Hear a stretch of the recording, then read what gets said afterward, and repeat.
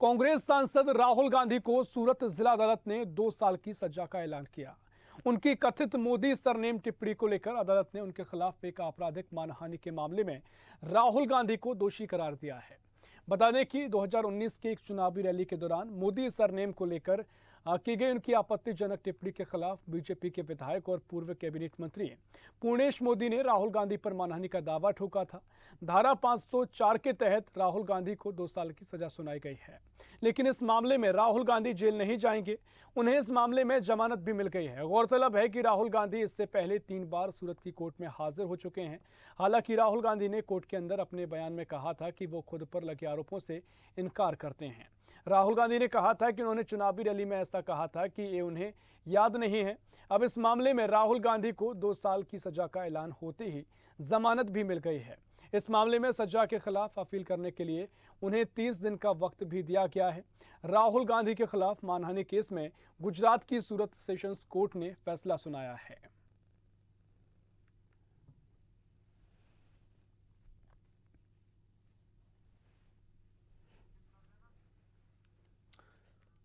तो 2019 लोकसभा चुनाव का ये मामला था, जब रैली के दौरान राहुल गांधी ने विवादित टिप्पणी दी थी, जिसके चलते उन पर मानहानि का केस किया जाता है। और करीब 4 साल बाद सूरत सेशंस कोर्ट ने यह फैसला सुनाया है और राहुल गांधी को 2 साल की सजा का ऐलान किया गया।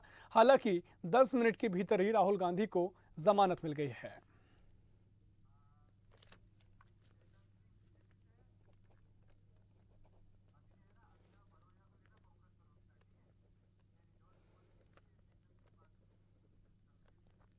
तो आपको ये पूरा मामला बता रहे हैं और इसी खबर पर और भी चर्चा के लिए कांग्रेस से नेता अभिनव बरोलिया जी हमारे साथ जुड़ गए हैं और साथ ही बीजेपी से चेतन सिंह जी हमारे साथ जुड़ेंगे।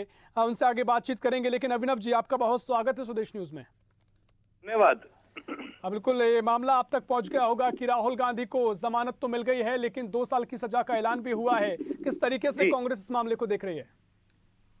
देखिए, जो कोर्ट का निर्णय होता है वो तो सर्वमान्य होता है। हाँ। सबसे पहली बात, और सभी मानते हैं इस चीज को। लेकिन आगे जो है, जो भारतीय जनता पार्टी सोचती है कि देश में अराजक माहौल फैलाकर, डराकर, धमकाकर वो राज कर लेगी, तो ये नामुमकिन है। राहुल गांधी जी निडरता से जिस तरीके से भारत जोड़ो यात्रा निकाली थी, ये उसको डराने के लिए, ठीक है, आप सारे ईडी हो, सीबीआई हो, अब शायद कोर्ट तक पहुंच गए हैं, तो आप जो भी करेंगे वो इससे देश का नुकसान ही हो रहा है। विपक्ष की आवाज को अगर आप दबाएंगे तो वो दबने वाली नहीं है।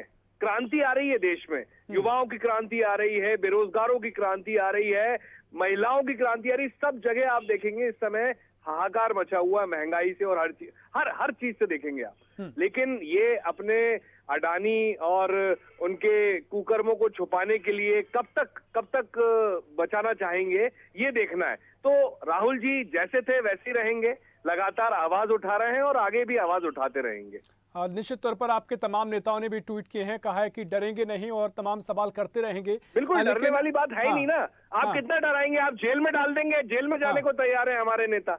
लेकिन सवाल ये है कि लगातार अगर ऐसे मामले आते हैं, जब कोर्ट ने भी सजा का ऐलान कर दिया है, तो क्यों कांग्रेस को इन सब ऐसे बयानों से बचना चाहिए? एक सवाल ये भी खड़ा होता है। देखिए, कांग्रेस पार्टी जो बोलती है और हमारे नेता राहुल गांधी जी जो बोलते हैं वो बिल्कुल सटीक बोलते हैं, और आज तक उनने जो बोला है वो सत्य साबित हुआ है। और आगे भी आप देखेंगे उनकी कही हुई हर बात सत्य साबित होगी। और भारतीय जनता पार्टी जो झूठ पर और तानाशाही पूर्ण रवैया अपनाकर जो राजनीति कर रही है, वो आगे नहीं कर। देखिएगा आप, ये आगे देख, ये बौखलाहट है, इनका तिलिस्म टूटता जा रहा है। ये जो एक हद होती है राजनीति में, उसको भी पार कर चुके हैं। ये देश तानाशाही की तरफ पूरी तरह से जा चुका है। चलिए ठीक है, चेतन जी हमारे साथ जुड़ गए, अभिनव जी, चेतन जी हमारे साथ जुड़ गए हैं, उनसे प्रतिक्रिया लेते हैं। चेतन जी, राहुल गांधी को 2 साल की सजा का ऐलान हुआ, जमानत भी उनको 10 मिनट के भीतर ही मिल गई है और कांग्रेस अब कह रही है कि तानाशाही की ओर देश बढ़ रहा है। क्या कुछ आप इस पूरी मामले को लेकर पहली प्रतिक्रिया देंगे? चेतन जी। देखिए, देश के संवैधानिक व्यवस्था ने सजा दी है।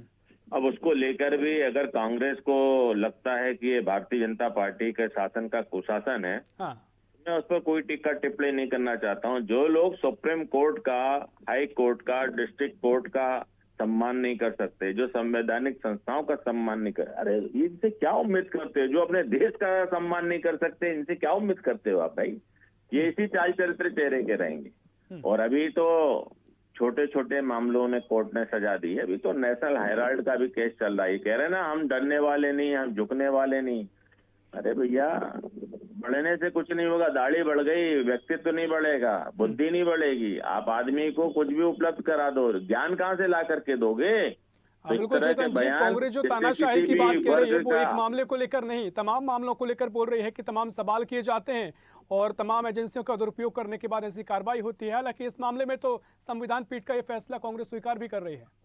देखिए, मैं जवाबदारी के साथ एक बात कहना चाहता हूँ आपसे कि इस पार्टी में वर्षों से जो लोग काम कर रहे हैं, मेरे बड़े अच्छे मित्र भी हैं, वे सब कहीं ना कहीं गांधी परिवार के इस कृत्य से, इस प्रकार के बयानों से और समय समय पर जिस प्रकार के घटनाक्रम आते हैं उससे अपने आप को आहत और ठगा हुआ महसूस करते हैं। क्या किसी भी व्यक्ति के नाम को लेकर किसी कौम को बदनाम करना ठीक है? किसी भी व्यक्ति या किसी सरनेम को लेकर सारी जाति बिरादरी को बदनाम करना ठीक है? जब आप कहते हो कि भारतीय जनता पार्टी सांप्रदायिक की राजनीति करती है, सांप्रदायिक के ध्रुवीकरण करती है, जब आप हम पे सारे आरोप लगाते हो, और आरोप हम पर एक भी सिद्ध नहीं होता, आरोप किस पे सिद्ध होता? आप पर होता है। और मैं आपके चैनल के माध्यम से मैं बहुत जवाबदारी से मेरे मित्र से कहना चाहता हूँ कि आज भी देश में जितनी बड़ी फौज और जितने वरिष्ठतम वकील हैं वो सारी फौज कांग्रेस के पास है।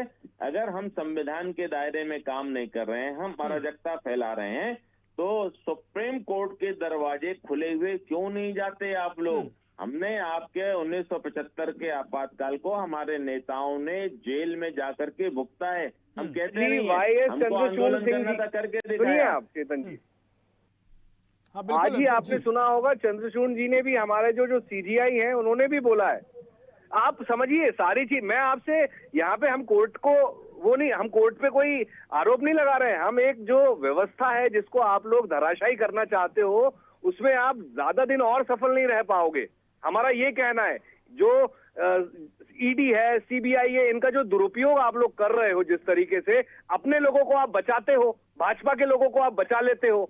कोई कितना भी बड़ा कर्नाटक में आपके विधायक के आप पैसा निकलता, आप उसको बचा लेते हो। अपने टेनी मिश्रा जो किसान की हत्या कर देते हैं उनको आप अपने लोगों को आप बचाते हो और दूसरे पार्टी के लोगों को आप जेल में ठूसने का काम करते हो। बात सिंपल सी है जो जनता को समझ में आ रही है, और आप सिर्फ और सिर्फ जो बिल्कुल होती है उनका बेजा इस्तेमाल कर रहे हो। दुरुपयोग का आप जिक्र कर रहे हैं, उसको लेकर एक लंबी बहस देश में छिड़ी हुई है, लगातार उस पर डिबेट भी हो रही है। लेकिन अभिनव जी, इस मामले को लेकर अगर जिक्र किया जाए, राहुल गांधी अगर एक बयान देते हैं कि मोदी सरनेम को लेकर जो बयान दिया गया, ऐसे में अगर आपकी पार्टी के भी कई कार्यकर्ता हैं जो मोदी सरनेम के होंगे, जी आवाज सुन पा रहे हैं?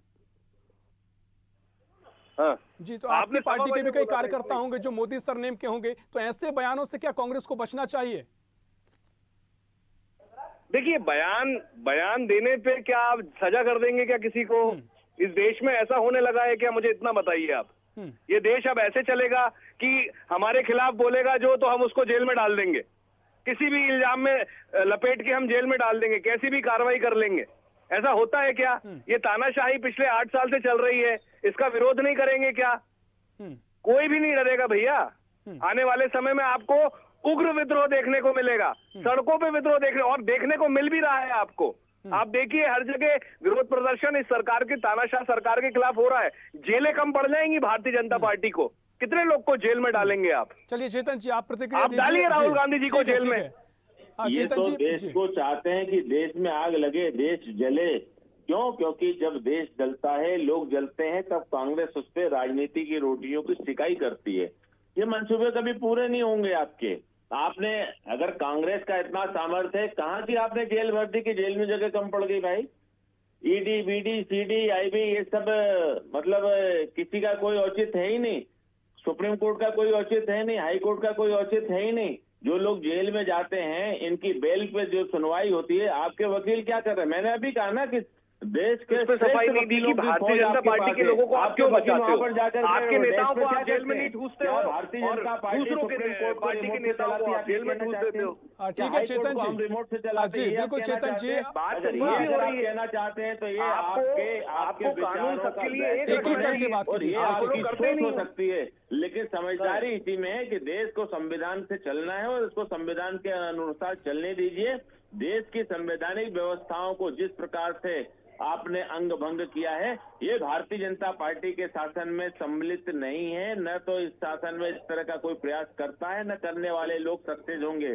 जो लोग इस हिंदुस्तान में हिंदुस्तान की आबो हवा में रहते हैं, इस माटी पर पल करके माँ भारती का नमक खाते हैं, उनको अपने वतन के साथ तो कम से कम वफादारी दिखानी चाहिए। गद्दारी की बात करते हो फिर कहते हो वफादारी हमारे साथ सब निभा दे, तो ये देश की जनता, देश का लोकतंत्र और आपके बयान इस देश की 140 करोड़ जनता सुनती है, तब वो फैसला करती है और तब अपना निर्णय करती है। तब आप कहते हो कि ईवीएम बदल गई है, ईवीएम में गड़बड़ है। गड़बड़ तुम्हारे दिमाग और घोटाले से भरे हुए आपके आस्तीन में है, उसको क्यों नहीं ठीक करते? कभी उस पर भी विचार करा करो।